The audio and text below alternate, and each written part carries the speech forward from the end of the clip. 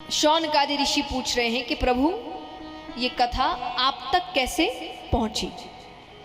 सूत जी कहते हैं भगवान ने ब्रह्मा जी को सुनाई, ब्रह्मा जी ने नारद जी को सुनाई, नारद जी ने वेदव्यास जी को सुनाई, वेदव्यास जी ने अपने पुत्र सुखदेव जी को सुनाई और सुखदेव जी ने मुझे अपना शिष्य समझकर सुनाई। नारद जी ने वेदव्यास जी को क्यों सुनाई? क्योंकि उसके लिए तो उनको पृथ्वी पर आना पड़ा होगा। तो वेदव्यास जी ने वेद उपनिषद सब लिख दिए, उसके बाद भी शांति उनको नहीं मिल रही। तो शांति नहीं मिल रही, उनको चिंता हो रही है। कितना कुछ लिखने के बाद भी ऐसा लग रहा है कि कलयुग के जो जीव होंगे उनका कल्याण नहीं होगा। तब नारद जी उनके पास आते हैं। उन्होंने नारद जी से पूछा कि मुझे शांति क्यों नहीं मिल रही, ऐसा क्यों लग रहा है कि कुछ लिखना बाकी रह गया है। तब उन्होंने कहा कि आपने जो भी लिखा उसमें ज्ञान को महत्व दिया, और ज्ञान सुनने वाले कलयुग में ज्यादा नहीं होंगे। क्यों नहीं होंगे? सब अपने आप में बड़े ज्ञानी हैं। आप किसी को एक ज्ञान की बात बताइए, वो 4 और बताएंगे। सब बड़े ज्ञानी हैं, कोई ज्ञान सुनना पसंद नहीं कर रहा। मुझे ऐसा लगता है बस कथा ही बच गई है कि जहां लोग थोड़ा सुन रहे हैं, वरना तो सबको बोलना ही है। तो उन्होंने कहा कि ज्ञान सुनने वाले ज्यादा नहीं होंगे। तो बोले फिर क्या लिखूं? बोले आप भक्ति रस भरिए, ये सुनने वाले कलयुग में बहुत होंगे। तब उन्होंने कहा कि आप भगवान की लीलाएं लिखिए। देखिए श्रीमद् भागवत में भगवान के 24 अवतार हैं। ऐसे आप रामायण देखते तो सिर्फ श्री राम के बारे में, श्री कृष्ण के बारे में आप चाहे महाभारत भी ले सकते हैं, गीता जी भी ले सकते हैं, लेकिन पूरे 24 अवतार कहाँ मिले? और श्रीमद् भागवत में 24 अवतारों के बारे में बताया गया, सारी लीलाएं। तो उन्होंने कहा कि आप लीलाएं लिखिए। तब उन्होंने श्रीमद् भागवत लिखना शुरू किया। अब सबसे पहले वो महाभारत का प्रसंग लिखते हैं। महाभारत का युद्ध प्राय खत्म हो चुका है। पांडवों की जीत हुई, कौरवों की हार हुई। धर्म की जीत हुई, अधर्म की हार हुई। भगवान यहां सबसे मिलकर जा रहे हैं। थोड़ी दूर जाते हैं कि फिर वापस आ जाते हैं। अब वापस आए तो सबको लग रहा है कि उनकी वजह से आए। युधिष्ठिर कहे मेरी वजह से आए, कुंती बुआ कहे मेरी वजह से आए, भीम कहे मेरी वजह से आए, अर्जुन कहे पूरी दुनिया जानती है मुझसे कितना प्रेम करते, मेरी वजह से आए। भगवान कहते मैं किसी की वजह से नहीं आया, मैं तो अपने भीष्म के लिए आया हूं, क्योंकि उन्होंने उनको वचन दिया था कि उनके अंत समय में भगवान उनके पास रहे। क्यों वचन दिया? जब महाभारत का युद्ध चल रहा था, सूर्यास्त के बाद युद्ध होता नहीं था, तो कुछ दिन बाद दुर्योधन ने भीष्म पितामह को व्यंग करते हुए कहा।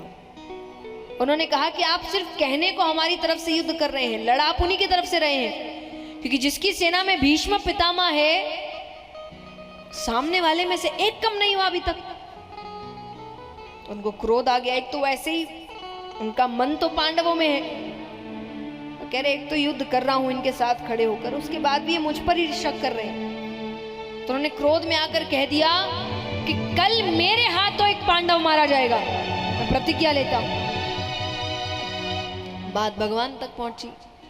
भगवान के तो गलत हो गया, क्योंकि अगर भीष्म पितामह ने प्रतिज्ञा ली है वो तो उसको पूरा करके रहेंगे। तो भगवान अपना कार्य शुरू करते हैं। देखिए भगवान ने पूरी महाभारत में क्या किया? राजनीति। भगवान ने पूरी महाभारत में केवल राजनीति करी। जब लोग कहते हैं ना राजनीति अच्छी चीज नहीं है, किसने कहा अच्छी चीज नहीं है? कृष्ण सी करो, कृष्ण सी करो तो बहुत अच्छी चीज है। आप करेंगे दुर्योधन सी तो कैसे बात बनेगी? तो राजनीति बहुत अच्छी चीज है अगर करी जाए श्री कृष्ण से। उन्होंने पूरी महाभारत में केवल राजनीति करी। तो उनको लगा कि ये तो गलत, कुछ ना कुछ तो करना पड़ेगा। तो उन्होंने क्या किया, वो द्रौपदी जी के साथ कौरवों के शिविर में जा रहे हैं। अलग अलग शिविर लगे, पांडवों का शिविर अलग, कौरवों का। भीष्म पितामह के शिविर में गए। भीष्म पितामह आंखों पर हाथ रख के लेटे हुए हैं। भगवान ने द्रौपदी जी से कहा, कुछ कहना मत, बस चुपचाप अंदर जाना और पैरों का स्पर्श करना। अब एक तो पहले महिलाएं श्रृंगार बहुत करती थी, तो अगर आप नहीं भी देख रहे हो तो महिला अगर कमरे में आ रही है पता चल जाता था। इतना श्रृंगार होता था कि वो कोई पायल है, कुछ है, उस आवाज से ही समझ आ जाता था कि महिला आई है। तो उन्होंने कहा कि बोलने की कुछ जरूरत नहीं है, बस जाना और पैरों का स्पर्श करना। अब शिविर कौरवों का है, तो अगर कोई महिला भी उनको लगेगा आई है तो उनको क्या लगेगा, कौरवों में से किसी की पत्नी आई है। तो द्रौपदी जी गई और सीधा पैरों का स्पर्श किया। स्पर्श करते ही भीष्म पितामह कहते हैं, अखंड सौभाग्यवती भव।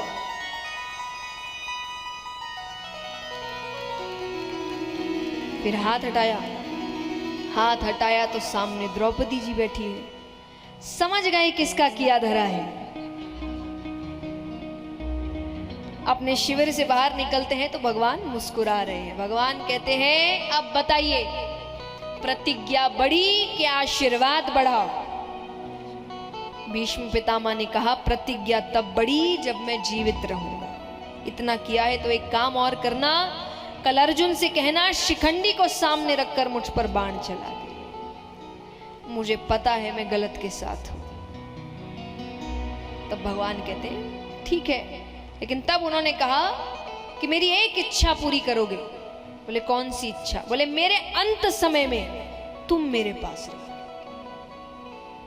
तब भगवान ने उनको वचन दिया था। तो भगवान को वचन याद आता है तो वापस आते हैं, भीष्म पितामह के पास जाते। भीष्म पितामह से पूछते उनकी आखिरी इच्छा क्या है। उन्होंने कहा, मुझे आपके विराट रूप के दर्शन करने, जो भगवान ने अर्जुन को रूप दिखाया। तो भगवान अपने विराट रूप में आते हैं और उसी को देखते देखते भीष्म पितामह की मृत्यु हो जाती है और उनकी आत्मा भगवान में लीन हो जाती है।